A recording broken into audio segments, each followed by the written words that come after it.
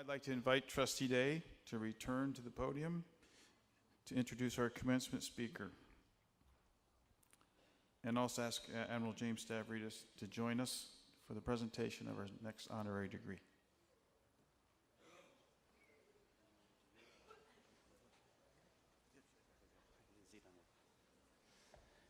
Hello again.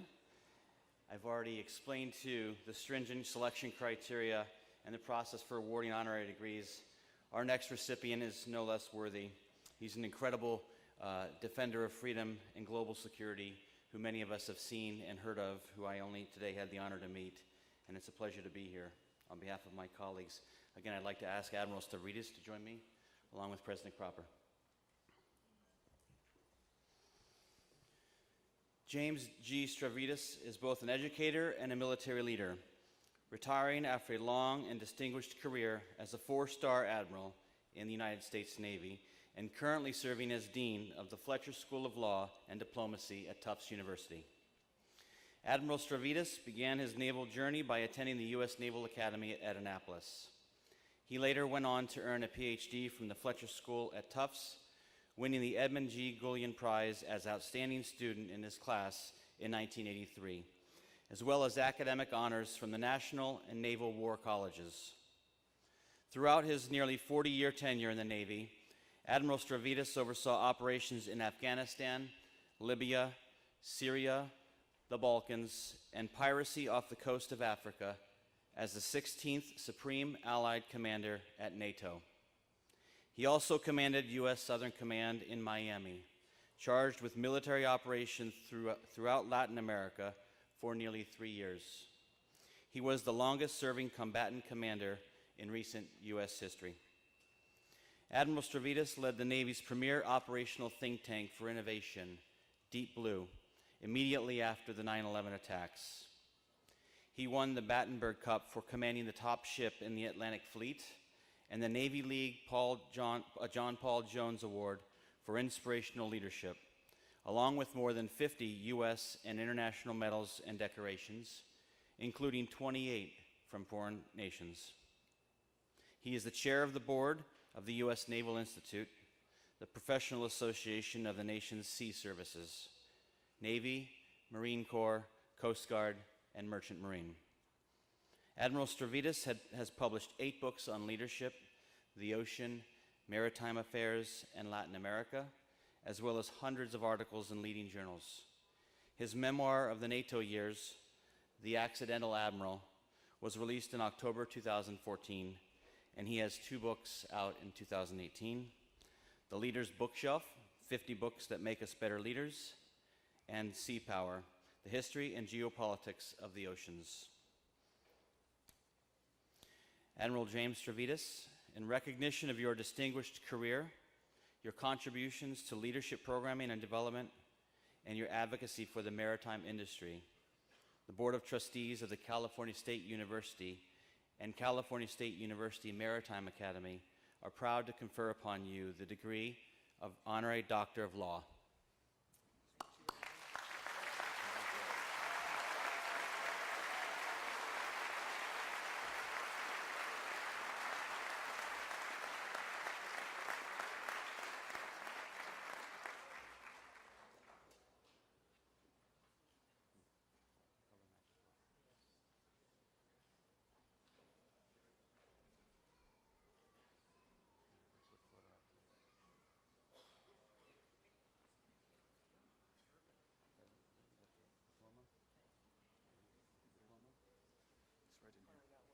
Sorry. It's okay. And I'll present it.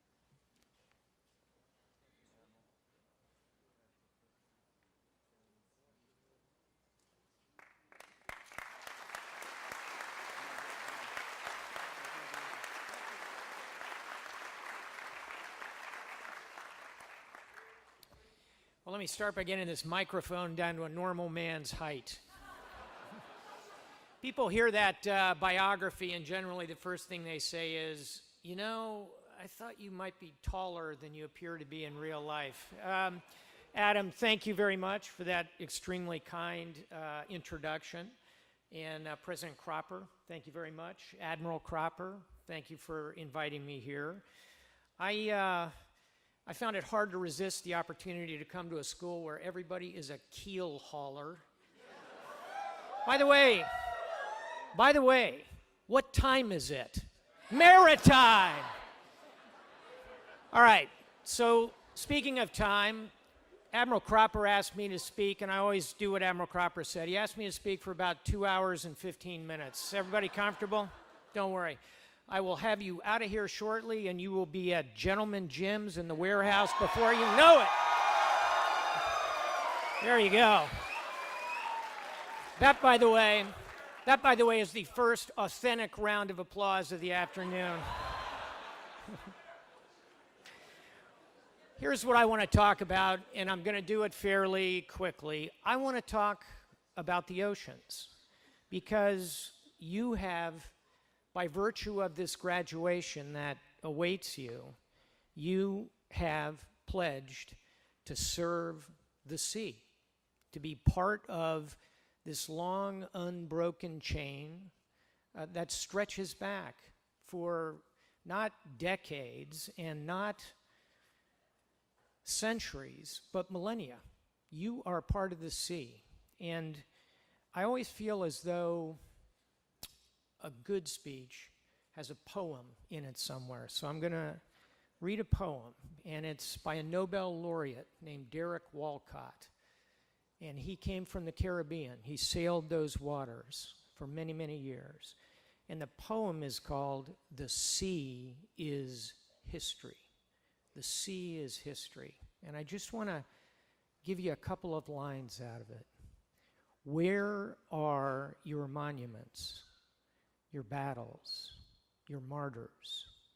Where is your tribal memory? In that gray vault, the sea has locked them up. The sea is history. So with that as a theme, what I want to lay the case out for you today is that what you are doing is vital. Vital for you, for the world, and vital for the oceans themselves, upon which we all depend. I will tell you that there are a handful of key ideas that underlie this, that I hope you will carry forward, whether you are sailing at sea, working in ports, working in the finance of the oceans, whatever your role is that you've been prepared for in this magnificent institution, I hope you'll hold these ideas in your mind. First is, why does the sea matter to the United States? We have the longest coastlines in the world. We are an island nation at the end of the day. That's why we must have a global navy, why we must have a capable merchant marine, why we must have an effective fishing fleet, why we must have efficient ports and maritime transportation systems, why we must have the best Coast Guard in the world that keeps us safe on our internal waterways, on our coastal plain, and on the deepest ocean. We must have all of that because of our geography. Second, we have to face the challenges in the oceans. You know, if you look at the long history of the world, maritime battle after maritime battle, big doors swing on those small hinges. We see China's fleet rising. We see Russia's fleet resurgent. Over time, we will see other challenges. You will be part of that, both at sea as mariners and what you do to connect us globally. Thirdly, the oceans link us with our allies around the world. NATO in Europe, Japan, Australia, New Zealand, South Korea. Whoops. the Korean Peninsula. Together, I did that to see if you were still awake. Latin America, the Caribbean. We have an endless number of allies and partners around the world. That, too, is how we use the oceans to connect us around the world. Fourth, what you do. The private-public partnerships between our government, our military, our Coast Guard, and the merchant world that allows us to conduct the trade. 95% of the world's trade moves on these oceans. So for all those reasons, the choice you've made is powerful, it's real, and it matters deeply. I will also tell you that you have a role to play in your nation's future politically. You have responsibilities, whether you are on the right or the left of the political spectrum. What you bring to the table with your youth and your energy will also be part of the future of this nation, as surely as your linkages to the sea will be. And so I would ask you, as you launch on the gorgeous voyage of your lives here, that you find time for the oceans, for service, and above all, to connect for your nation to those oceans.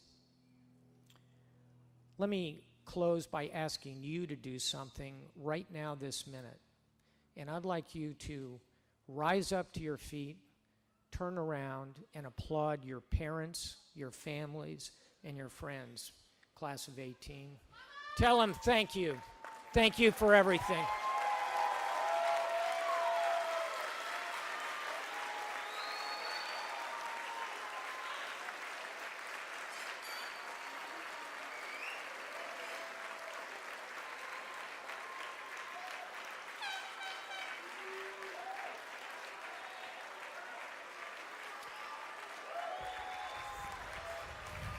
Well done. Well done. Well done. So I'll conclude now, and let's get to the good part, which is getting you your degrees. I'm going to close with one last poem. Barry Cromwell. This is a mariner at the end of his life, 50 years on, and I hope 50 years from now, you'll look back on what you're going to do as your history begins today, and you'll say something like this: I've lived since then in calm and strife, full 50 summers, a sailor's life, with wealth to spend and a power to range, but never have sought nor sighed for change. And death, whenever she comes for me, shall come on the wild, unbounded sea. Congratulations, class of 2018.